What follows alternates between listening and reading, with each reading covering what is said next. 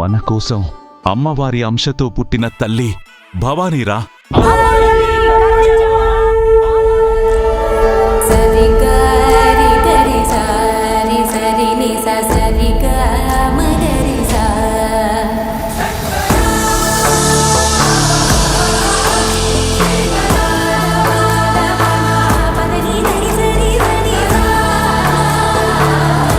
అమ్మోరు త్వరలో మీ ఈటీవీలో.